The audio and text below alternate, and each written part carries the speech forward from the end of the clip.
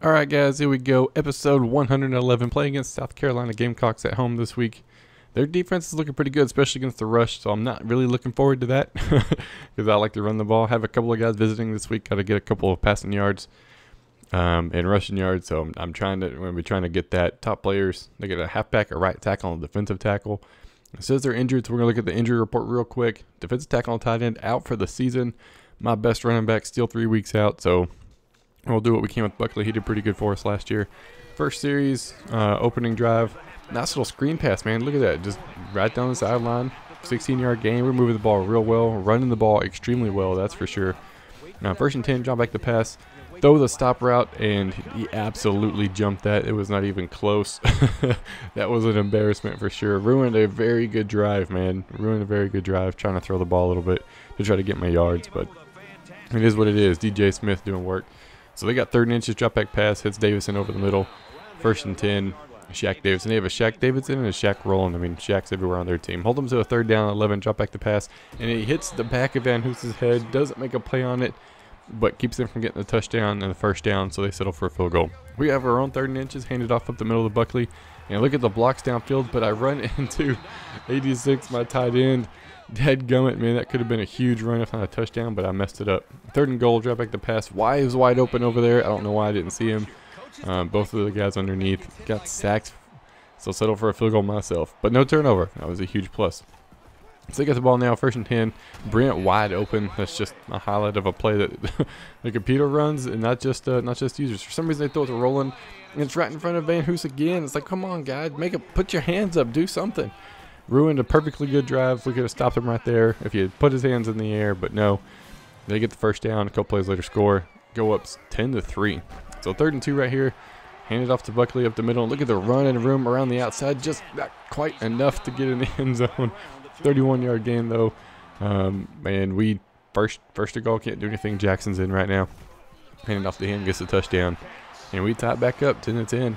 So it's still in the 2nd quarter. Still pretty close game.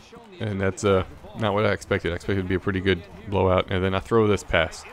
No idea why I threw this pass. And yeah, that was a bad pass on my part. So we turn the ball over.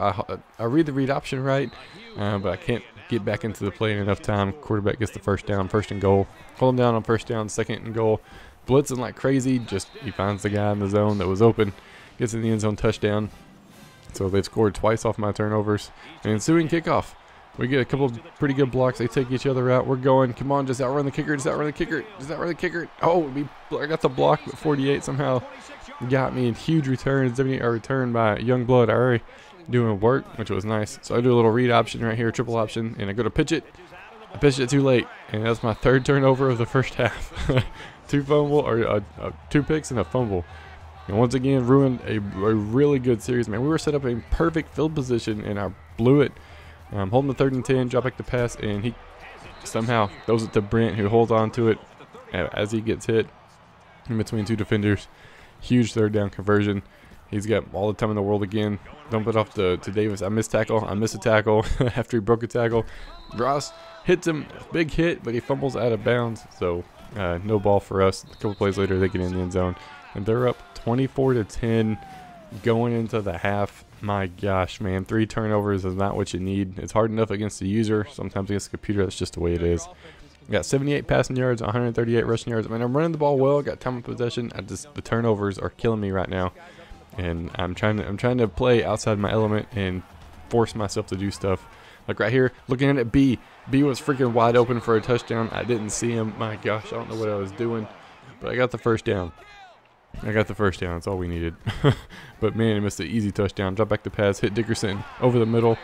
Almost gets in, not quite enough, but it's close enough for the 1st and goal. We end up scoring. I didn't leave that play in because it's like a 1-yard run. So we got the ball now, 4th and 4. Drop back the pass once again. B was open, X was open, A was open. Everybody I wanted to throw to was open. I dumped it off, barely got the 1st down. And my backup quarterback's in right now. Oliver got hurt, and he takes off and he takes it to the house. Backup quarterback putting his name up on the stat sheet, that's for sure, to get us within 3. So into the 4th quarter now, 2nd and 4. Has all day to throw, get the sack. I think that's the 1st sack of the game. Actually, he kept breaking he kept breaking them. He's got more break tackle than my running back does, and that's frustrating. Going to 3rd and 11, it's a screen pass, and you know screens don't work on me. I make a little fool of myself. I dive for him, and I'm facing the wrong direction, so I just dive at nothing. And yeah, but we stop him short anyway. So 2nd and 7, get a nice little first down. That play action was set up all game long, so that's why I ran it so much. And a couple plays later, Oliver's back in. He gets his touchdown, and we take the lead. I think that's our first lead of the game. Came in the 4th quarter, go up by 4, 31-27. They try a little screen pass, and this time Van Hoos actually makes a play on the football. Looking at the replay, he sticks his hand up in there, gets it in there, and that's a backward pass, so it's a fumble, which we recover. Finally get a turnover, which is nice. 2nd and 5, and then once again, that, like I said, that play action pass was set up all game. And Youngblood Ari was doing work over there, getting those catches. Try to get in the end zone, 3rd and goal, and Buckley gets absolutely demolished at the line. We take the field goal, go up by 7. I mean, I'd rather get 3 points and be up by 7, and then no points and only up by 4. But they didn't cover him on that play. I don't know why, but they left him wide open, so I dumped it off to him for an easy gain. Easy gain. 4th and inches. I decided to go for it this time. It's almost in the game. Buckley gets his touchdown. And he absolutely carried me this game. They got a chance right here. 4th and 17. Drop back the pass. Throws it deep and picked. And then tackled immediately by my own guy. But that's his first pick of the season. That's my freshman free safety. He's a hoss. That's for sure a big hitter. I'm just going for stats right here. Throw it to Youngblood Ari. Not quite enough to get in the end zone. But it was a huge gain. But I fell short of my passing goal, which sucks. It was about 30 or 20 yards short. Which isn't good. Especially when you have people visiting. But a win's a win in my book. I'd rather get the win than the prospect bonus points, whatever. And Buckley, player of the game, 35 carries, 203 yards, 2 touchdowns, 2 catches, and 16 yards. Like I said, he had a huge game. He absolutely carried us whenever we needed somebody. And it's nice to see we get out with the win, especially following that loss last week. Games around the country, Oklahoma beat TCU. That's the only ranked game that I'm seeing. So that's the only one that really matters. Looking at the stats, I mean, look at that rushing. 328, 245 passing. The 3 turnovers almost cost us this game. Buckley, player of the game. Ross, huge game defensively. 3 tackles, a forced fumble, and a pick. It's a nice game to have following a loss. That's for dang sure. And we'll be right back with the advance. All right, guys, got done with the highlights from the game against South Carolina. Ended up pulling out the win, which is nice. I essentially went on a tear. An absolute tear because it's 24-10 at the half. So I scored 31 points to their 3. That's a pretty good second half. I'll say that for sure. See, everybody else did in the Dynasty. USC ends up winning 17-12. A little close game right there. That would have been. That's a interesting. I wonder what happened. What's going on there? Iowa ends up winning 45-29. Indiana wins 37-27. Akron had a bye week. Rutgers had a bye week. Memphis wins 34-24. Cincinnati wins 109-21. Holy crap, dude. Dude, put up 100 points. All kinds of work. Missouri ends up winning 42-28. NC State wins 38-28. Wisconsin wins 49-33. If you want to see the Oklahoma State game, make sure you go check out the Italians channel. Links in the description. Because I'm not going to show the score. That's just how it is. If you want to see what happened, want to see what the score was, make sure you check it out. But as of right now, we're going to advance it, and we'll be right back. Alright, just got done with the advance this week to play against Nebraska. They are rated number 12. They've only lost 1 game all season, and I think they're top of the conference right now. So we definitely need to beat them to hopefully play for a conference championship. And we're going to try our best. See who everybody else plays this week. USC ends up playing at Stanford. Iowa plays Mississippi State. Mississippi State. I think I did that one time. Friggin' Michigan State. My gosh. Indiana plays Ohio State. Akron plays Miami of Ohio. Rutgers plays UConn. Memphis plays number 4 BYU. Cincinnati plays Temple. Missouri plays Tennessee. NC State plays Stanford. Not Stanford. Dang, I'm at Syracuse. I'm like all over the place. Wisconsin plays Penn State. And Oklahoma State plays West Virginia. So it's got a lot of ranked games, that's for sure, this week. Check out the top 25, see what's going on there. And 3 Wisconsin end up getting leapfrogged by Rutgers and BYU because they're undefeated. So they get to take precedence for some reason. As well as 3, 4, and 5 all got leapfrogged. Indiana dropped a spot. Yeah, dropped a spot because BYU moved way up. Oklahoma State stayed number 10. I stayed 13, 14, 15, 16. Wow. Holy crap, what is that? We got 1, 2, 3, 4, 5, 6, 7, 8, 9 in the top 16. NC State is 10. We have 10 out of the 12 players in the Dynasty in the top 25 in year 2. That is insane, man. I think that's a pretty good stat to have. Check out the BCS. As of right now, it's USC and Oregon, with Rutgers right behind, BYU, Wisconsin, Florida, Oklahoma, Indiana. So potentially a crap ton of users playing this year in the bowl games, not just the national championship. Let's check out the conference standings, actually see what's going on there. Yeah, Iowa's got the advantage. They beat me. They've only lost one game in conference. So if they hold out, they will be playing for the conference championship. They have the advantage over me for sure.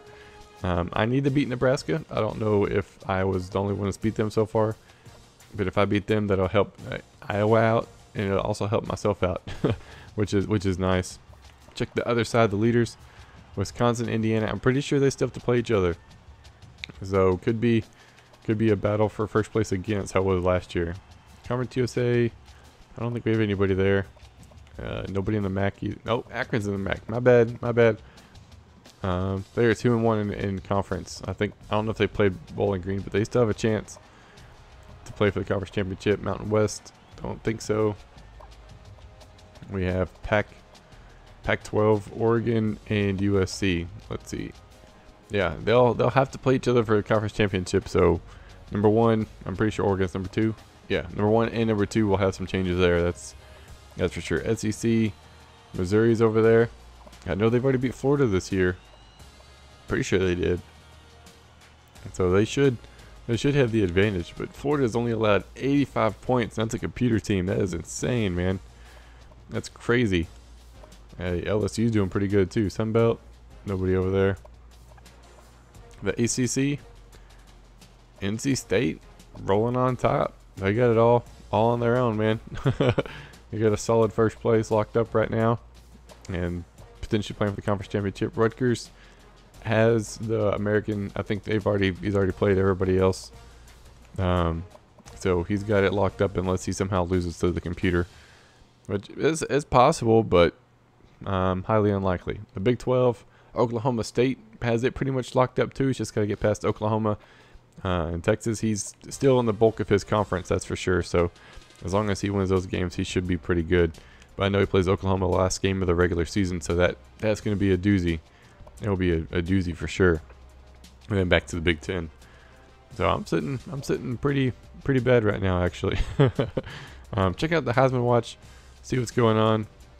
And Corsario still got the top, which not surprising. Wisconsin's moving in on that. Rutgers and USC, with BYU being the only computer player left. Let's see. The awards and all that we're not going to show. If you want to see that, I don't know if the Italian's going to do it in this video or not, but he typically does that in the video. So if you want to watch that, he does those. But as of right now, we are done. We're done with this episode. Done with week 10 into week 11. I hope you guys enjoyed it, man. And I'll see y'all next time.